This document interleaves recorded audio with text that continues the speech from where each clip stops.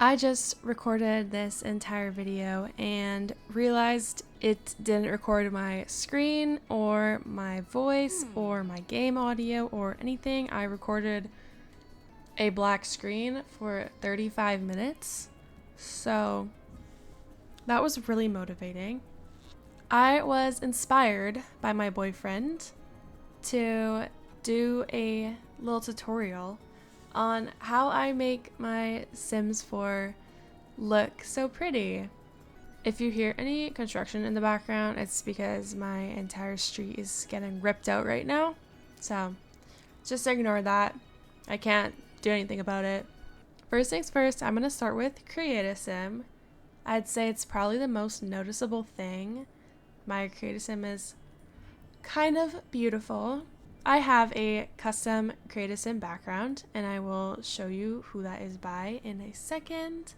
I also use default skin and eye replacements just to kind of smooth out her skin and give her eyes some more life. This creator right here is where I got my create a sim background. The creator does not exist anymore, but someone did make an archive of her things. She made super incredible create a sim backgrounds, and there is like literally a million of them. This is where I got mine from. Like, look at that. That is so stunning. Oh, that is too. This is making me want to change my create a sim background. Another one that I super recommend is by Lumia.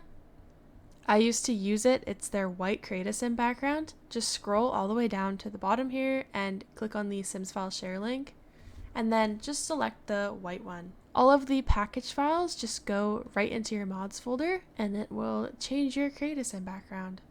One thing that I recommend, I don't personally use this because I have reshade, but I'll go through that later. I recommend having create a sim lighting. I really like this neutral light right here.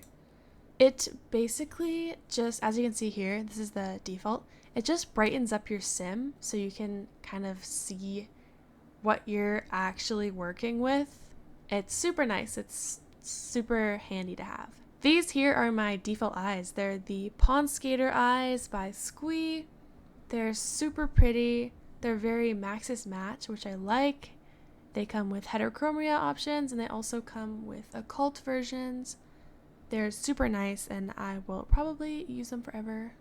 And last thing for defaults is my skin. I use the Tinsel default overlay by Lamatis, I think is how you say their name.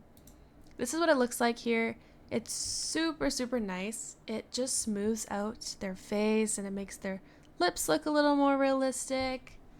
I personally like it a lot because a lot of default skins are too smooth, and so the elders just stay looking like a young adult. But this one lets your sim age and they look beautiful while doing it.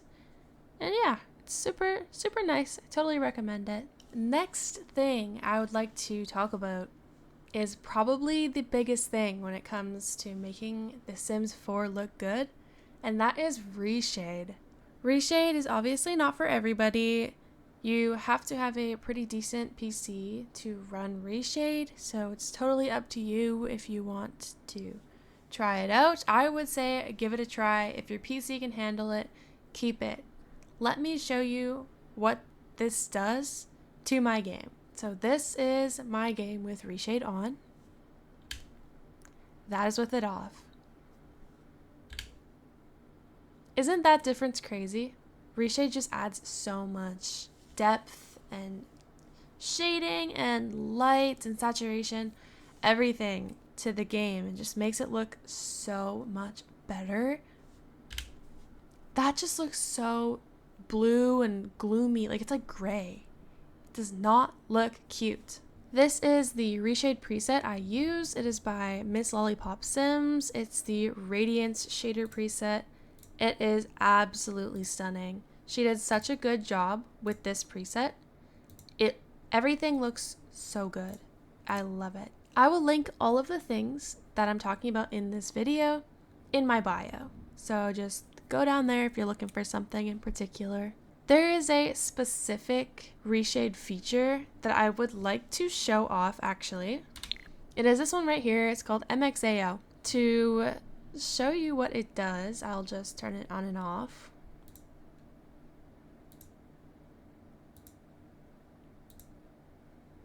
It basically adds more in-depth shadows, which I really, really like. It makes so big of a difference and you don't even realize it. If you downloaded the reshade and you turned on MXAO and you're getting these ugly black shadows all over your screen, just come down at the bottom here, turn off performance mode, click on this button here that says edit global preprocessor definitions, and there should be, I believe it's this value right here, it will be at a 1.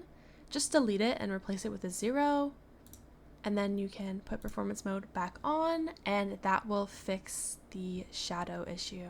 There is one more thing that I would like to talk about. It is called anti-aliasing. Hopefully I'm saying that right. If you get those ugly jagged edges on everything, even after you've put edge smoothness all the way up to high, this is a way that you can fix that.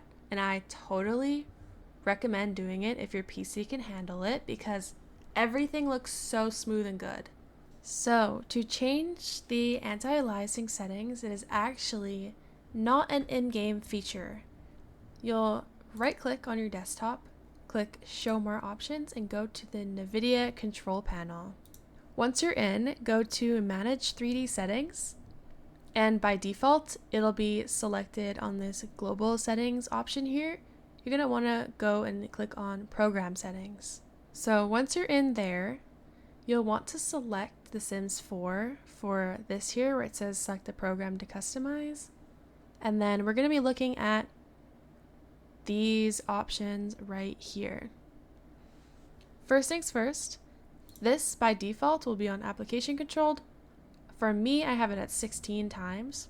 Just play around with it, figure out what your PC can handle. For this one here, FXAA, turn that on. And then skip gamma correction.